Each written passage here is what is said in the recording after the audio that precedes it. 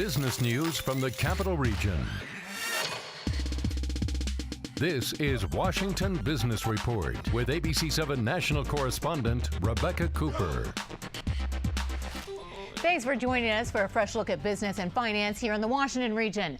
Coming up on today's show, how Tuesday's elections and how the outcomes affect local business. Plus, this week's rocket launch failure could hurt private space contracts, but not as much as you might think. And the Uber taxi decision, who's claiming victory and who feels they're being taken for a ride.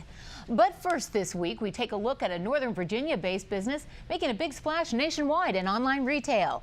Thanks to a highly creative staff and geek culture now being considered cool, the Fairfax-based e-commerce company ThinkGeek.com is experiencing exponential growth. In our one-on-one interview this week, we sit down with the geek-in-chief, Kathryn McCarthy. The CEO of ThinkGeek explains how her company is growing by boldly going where no company has gone before. Kathryn McCarthy, welcome to Washington Business Report. So tell us a little bit about the genesis of the company. How did it get started? How did it get to the size that it is now? Let's start with how did it get started? Well, the company started in 1999, so we just celebrated our 15th anniversary. And at that time, it was started by people who had a passion for the internet, who were really there when the internet first started, and they wanted to sell products that they loved and share it with others. Now, in the beginning, it clearly wasn't the size it is today. It was part of a larger company that went public in 2000 as part of the whole .com craze. Since then, it changed in many ways over the years, but ThinkGeek was always the same.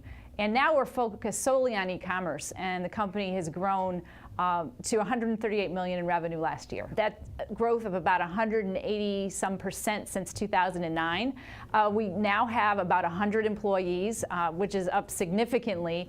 We have a much larger office space than when they started, which I believe was in one room. So tell us why this location.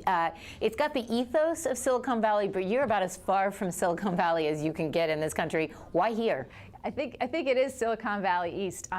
At the time of the internet revolution, near the Dulles Corridor, there were many companies that started up. So the founders of this company were part of that whole generation. Most of those companies didn't survive after the .com bust, but our company did. And so we really decided to become that Silicon Valley East and create the atmosphere within the office of a startup company that was innovative and creative. And tell me about you coming here. You have an impressive resume at General Electric. You were not just an auditor, but a global auditor. You were even based in London at one point for the company. Such a tried and true name. Why would you leave a company as large and as branded as GE and take a chance on this company? Well, there are a couple of reasons, actually. One, I was really looking to do something that was different, to be part of more of a startup that I could help to build. I thought that e-commerce and technology were really interesting areas to be in, and that's where the future was. So I really saw a huge opportunity to become part of something. I also like the idea of being in a place where you could see every employee almost every day and be part of the action rather than being in a headquarters. So you started off as Chief Financial Officer here, and then you grew and were promoted to CEO. What are some of the skills that you needed as CEO that you had to learn on the job? Well, certainly I needed to learn more about retail. I had been in many different businesses in many different industries within GE, so I had the opportunity to see different things and to adapt my skill set, but I needed to learn more about retail and specifically around e-commerce, which was changing. Every few months something new was coming about. So I'd say that was the biggest thing I needed to do, and to do that I brought in some talent that had worked in previous startups and previous e-commerce companies to help us move forward. So talk to me about that, because that's a good lesson for anyone in management that doesn't have a particular skill set that needs to bring someone in, but especially at a company like this that prides itself on its nerdiness, prides itself on its geekiness. How do you bring in someone who knows more than you do about such an important part of the company and yet maintain the hierarchy? Well, I think that's a great question. I mean, first, we kept the creative talent here. So we knew that we had people who had the creative genius that had made ThinkGeek what it was. So those people have been here for many years, and our Geek Labs exclusive product line continues to grow. At the same time, it was important to bring in people who had seen companies that were smaller, like less than $100 million, and grow them to scale. So we brought in a leader who was at Fanatics.com, somebody from Drugstore.com, people that could take the company to that next level of where we wanted to go. So in this job, you've got to be part toy tryer-outer and visionary, and you've got to look at the finances with the growth of the company. Talk to me about just the creative side of this company. I will openly say that I am not the creative genius here at all. It is our employees. It is people like Ty Liotta and Geek Labs that bring the creativity to the company.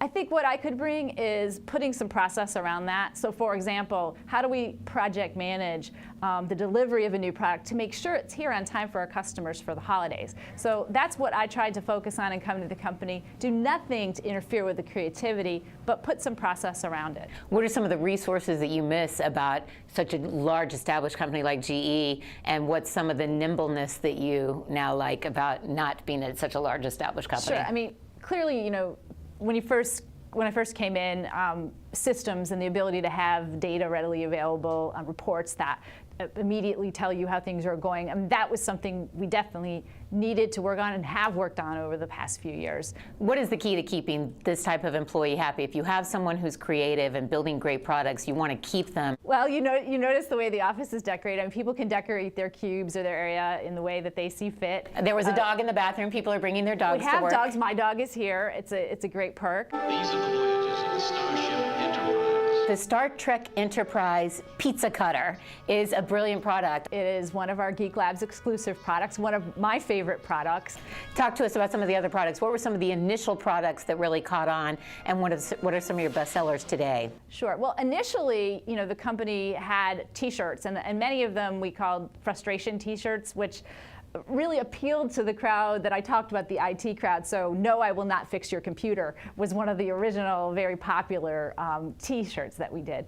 Over time, we really did more in terms of actual product. We had an electronic rock guitar shirt from Geek Labs that was very popular.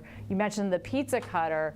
More recently, we've had many popular Minecraft video game products, such as the pickaxe and the iron sword and the diamond sword. They've been done very well for us over the past few years.